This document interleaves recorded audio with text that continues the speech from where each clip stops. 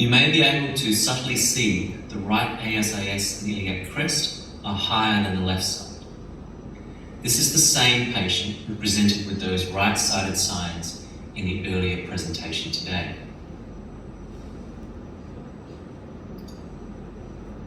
I often use muscle energy techniques to correct alignment. Once corrected, I reassess and look for changes in pain or movement. If I'm happy that alignment is there, then I will decide what soft tissue structures to target. I keep in mind the concepts mentioned earlier of over-releasing, as well as fascial and connective tissue slings. I also use a lot of trigger point techniques and dry needling, as I find they work best when trying to change muscle tone. This video is an example of a technique to correct an upslip or vertical shear of the right enometer.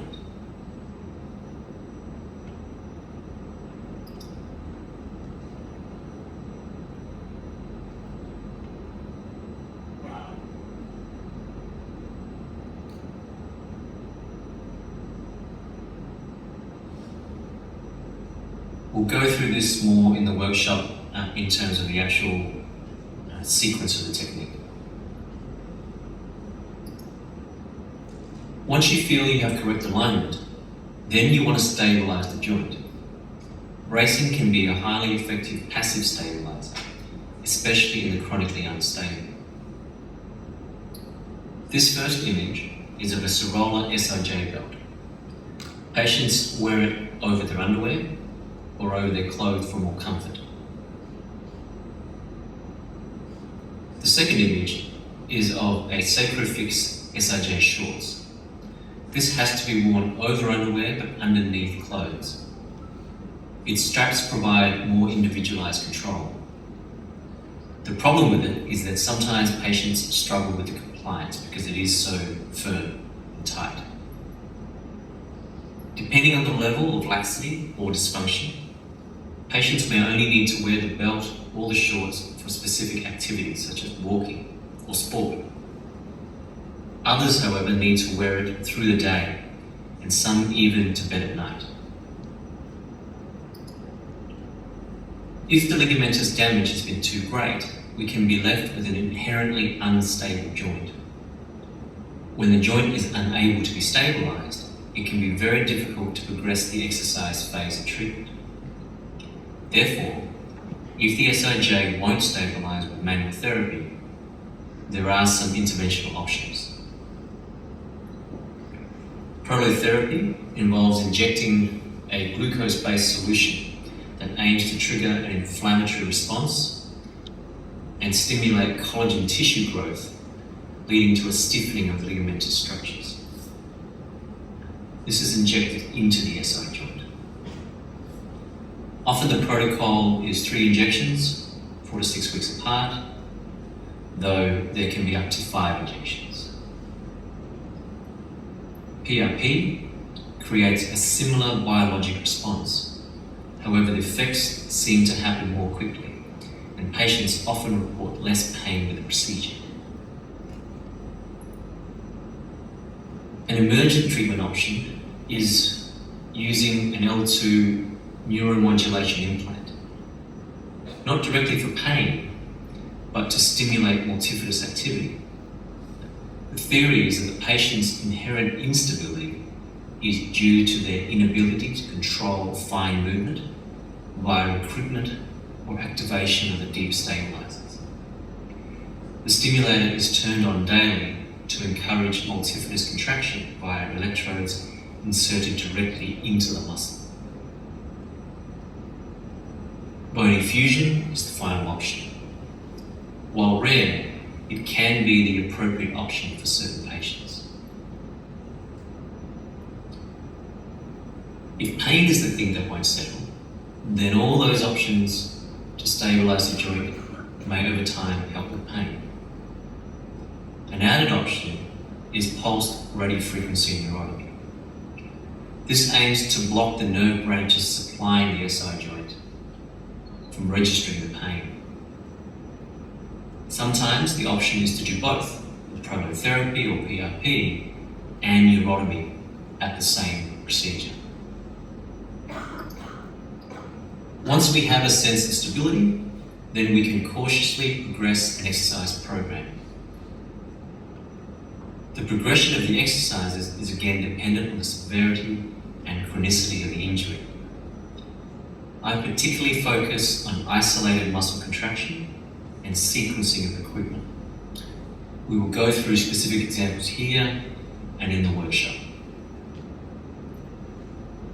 Giving patients some strategies for self-management of pain and stiffness is very important because it gives the patient a sense of control over their condition.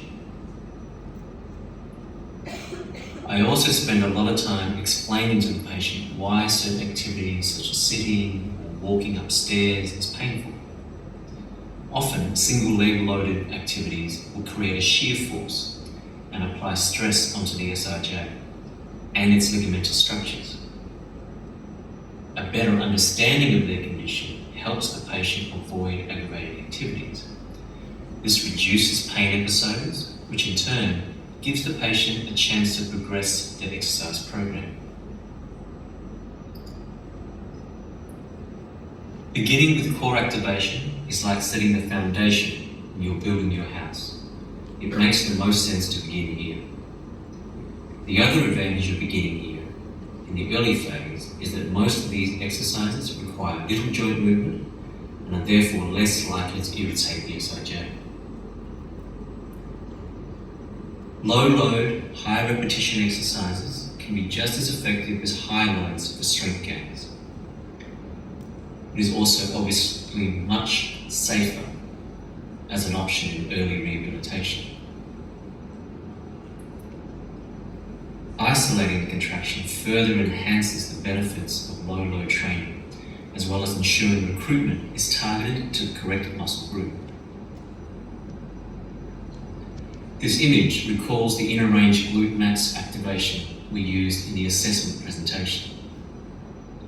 I often turn that test into an exercise with a stronger emphasis on motor patterning and sequencing. We will review this in the workshop.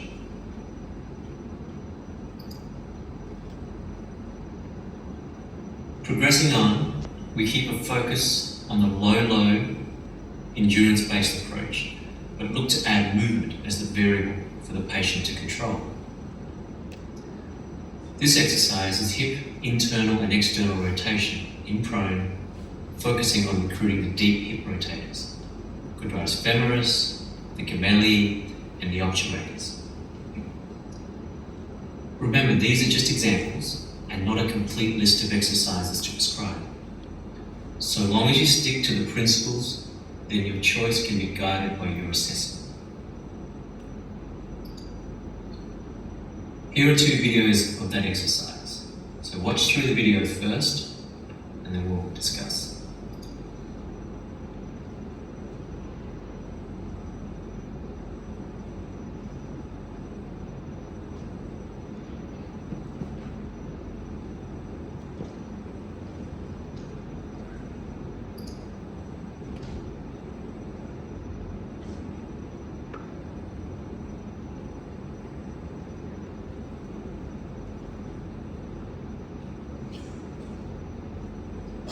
From the video, you can hopefully see that even with a light load, the patient has a difficulty maintaining a smooth contraction through range.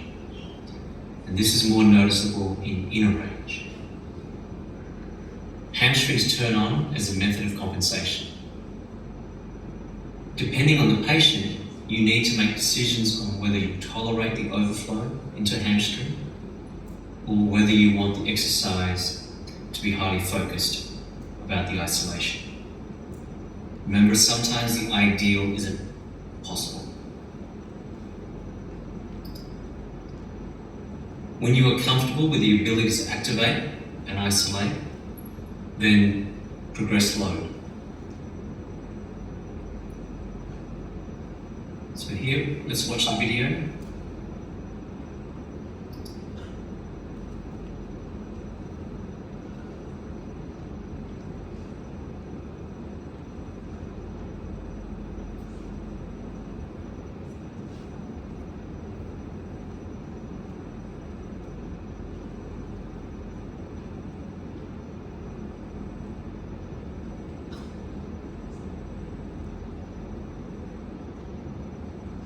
This exercise we call a dead bug.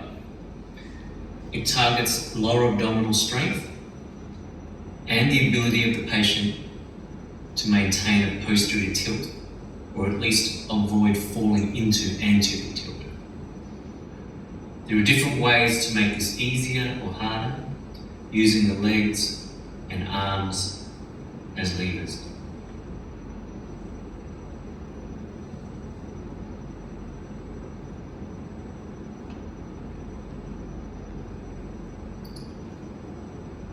The next step is to make that load a weight-bearing load. We can run through how patients compensate with load during the workshop and what to watch for when adding these types of exercises.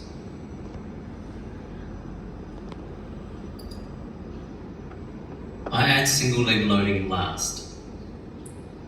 The first video example is a breakdown of the step-up exercise. The patient has to pause and stabilise before they are allowed to straighten the stance leg.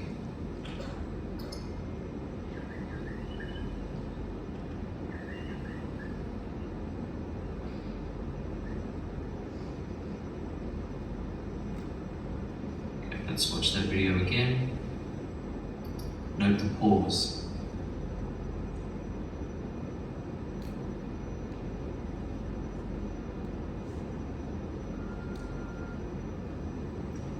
The second video example requires the patient to control the original sagittal load, as well as a lateral rotary force to maintain stability through the movement.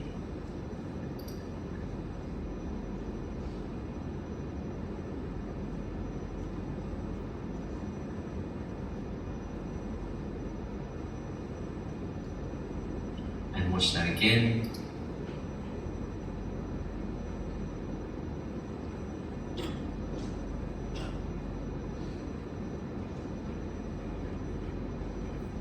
So by reaching this stage, the patient's stability should be well managed and consistent. Instead of a mindset of avoiding aggravating the SIJ, now the mindset should be to stress the joint and the ligamentous structures to develop tissue resilience. Now exercises can also be added that are more activity or sports specific. So to summarize, correct and maintain alignment first. It's very difficult to progress rehabilitation without some level of stability. Even temporary passive stability of an SIJ belt can provide a window for exercise prescription. Be patient and begin with isolated recruitment. You must establish core control first. Be aware of what an added exercise does to SIJ loading and assess whether the patient is ready for that stage. Thank you to everyone for listening.